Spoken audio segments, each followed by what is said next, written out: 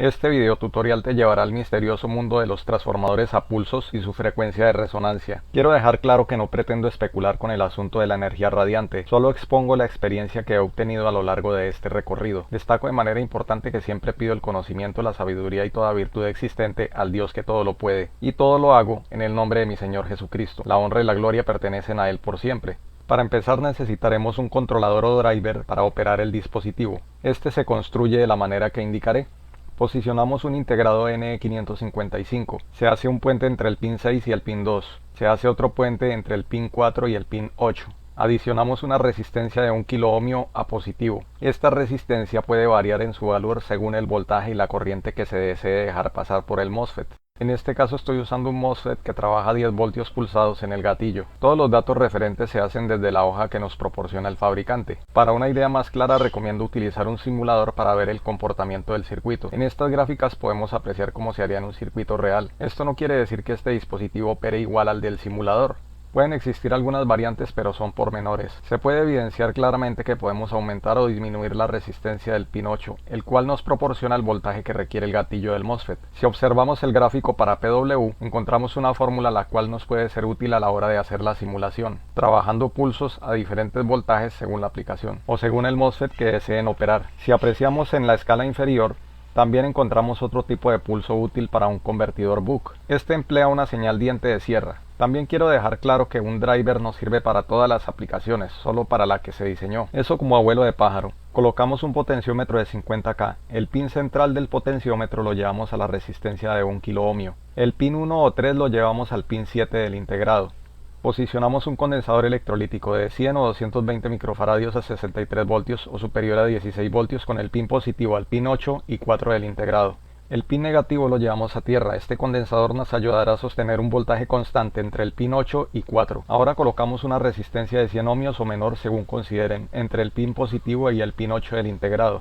Ahora colocamos un capacitor de 10 nanofaradios al pin 5 del integrado. El otro pin va a tierra. El pin 1 del integrado lo llevamos a tierra. Acondicionamos al pin número 7 del integrado dos diodos 1N4148. Cada diodo irá en sentido contrario. Insertamos una resistencia variable de 50K con el pin 1 a un diodo y el pin 3 al otro diodo. El pin 2 lo llevamos al integrado entre los pines 6 y 2. Derivamos a esas conexiones un cable paralelo de 2 conductores. La otra punta del cable la llevamos a tierra. A la salida del cable soldamos una bornera para acoplar el capacitor que se requiera. Ya se darán cuenta a qué me refiero con esto. Colocamos una resistencia de 1K al pin número 3 del integrado. Ahora colocamos el MOSFET. En mi caso estoy utilizando un IRF1010E. Este MOSFET opera a voltajes inferiores a 60 voltios. Recomiendo que trabajen una carga no mayor a 30 voltios en el drain. La intensidad que soporta es de 84 amperios en corriente continua. Pulsada aguanta hasta 330 amperios.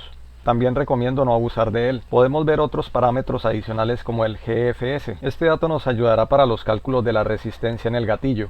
A tener en cuenta que siempre se trabaja con el valor mínimo. Por ahora no nos es de utilidad porque estamos utilizando un driver con todo incluido. Vemos que el gatillo del MOSFET entra en contacto con la resistencia de 1K. Colocamos un diodo Zener que deje pasar hasta 10 voltios en el gatillo. La referencia es 1N758. La otra punta del Zener irá negativo. El drain irá a una punta del trafo empleado. El source va a tierra o negativo. Colocamos una resistencia de 1.2 kΩ en la salida 3 del integrado. En la otra punta de la resistencia conectamos un diodo LED desde el ánodo. El cátodo lo llevamos a tierra. Colocamos el transformador con el alambre más grueso a una punta al drain del transistor y la otra punta al positivo de la fuente de alimentación. Puenteamos los buses y ahora colocamos un capacitor de referencia para ver el comportamiento del circuito a la salida del trafo. Finalizamos acoplando la fuente de alimentación a 12 voltios y los amperios que ustedes consideren. Si queremos manejar un voltaje diferente será necesario hacer las conexiones que van hacia la fuente adicional. Esto sería el caso para manejar un flyback que opera aproximadamente a 70 voltios. Puede ser más o puede ser menos, ya dependerá del trafo empleado. Quiero dejar claro que si desean operar este tipo de transformador, el MOSFET que coloqué como ejemplo no les servirá. Tiene que operar al menos a 100 voltios en el drain. También deberá soportar por lo menos 2 veces el amperaje al que va a ser sometido. Con la frecuencia sucede igual. Si deseamos podemos conectar el transformador a una fuente aparte o a la misma, según consideremos conveniente. El negativo de esta fuente puede asociarse con el negativo de la fuente para el driver. Ya con todo este montaje solo resta colocar una carga a la salida del transformador. En este caso estoy usando un bulbo neón que opera a 120 voltios y 62.5 miliamperios para una potencia total de 7.5 vatios. Para las pruebas que se realizaron fue necesario hacer una tabla de datos con valores de los capacitores. Se emplearon varios transformadores de pequeñas dimensiones.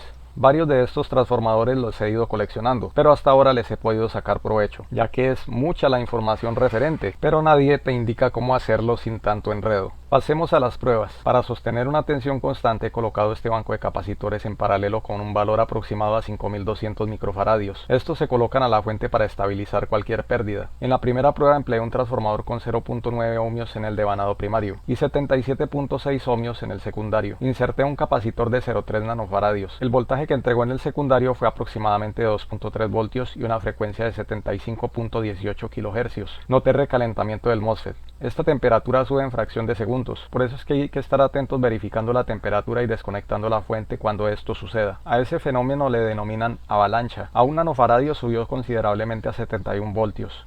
Su frecuencia fue de 23,59 kHz. A 22 nanofaradios llegó al máximo de 184 voltios, a una frecuencia de 1.130 kHz. Justo este detalle es el que nosotros necesitamos, voltaje máximo y frecuencia máxima. Ese es el punto resonante del transformador. También noté que el voltaje no fue estable, sino que decrecía a 120 voltios. Pero sucedió algo que no me esperaba. Empecé a notar que en la carga radiaba una luz de color azul, algo así como un plasma. Según tengo entendido, este fenómeno se aprecia cuando hay un mal contacto entre los terminales o cuando rozan las escobillas pegadas al conmutador de un motor, o simplemente electricidad fría, pues estos fenómenos se dan solo cuando encontramos el punto resonante del circuito. Pues para mi sorpresa, los terminales conectados al foco comenzaron a resonar junto con el transformador, incluso el driver estaba resonando, parecía un juego de trompetas en la misma nota musical.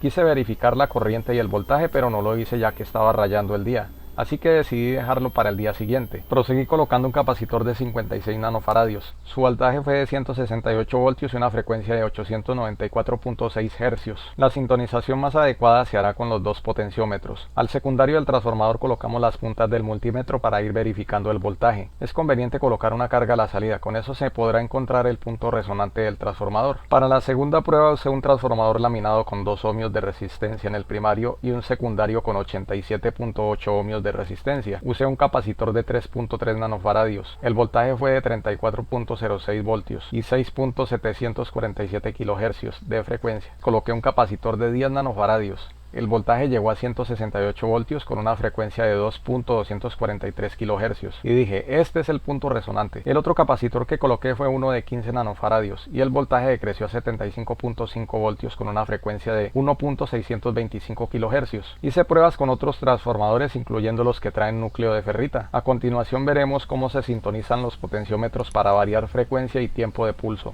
Esto será útil para lo siguiente, que será medir los amperios que ingresan al circuito, si es que se le puede atribuir un consumo a este circuito, porque según se evidencia no hay consumo en amperios desde la fuente hacia la entrada de todo el conjunto. Consideren ustedes que solo el LED indicador funciona a 10 miliamperios. Si a eso se le suma el consumo de todo el driver nos llega a 27 miliamperios y aparte del consumo del foco. Entonces saquen conclusiones de este fenómeno. Claro que si accionan los potenciómetros la cosa cambia. Bueno, también me di a la tarea de hacer un marco magnético, pues este asunto funciona prácticamente igual a un oscilador de bloqueo más conocido como ladrón de Joule. Este me dio una sorpresa diferente, ya que el voltaje que me indicaba las conexiones del LED es de escasos 600 milivoltios a 424 Hz.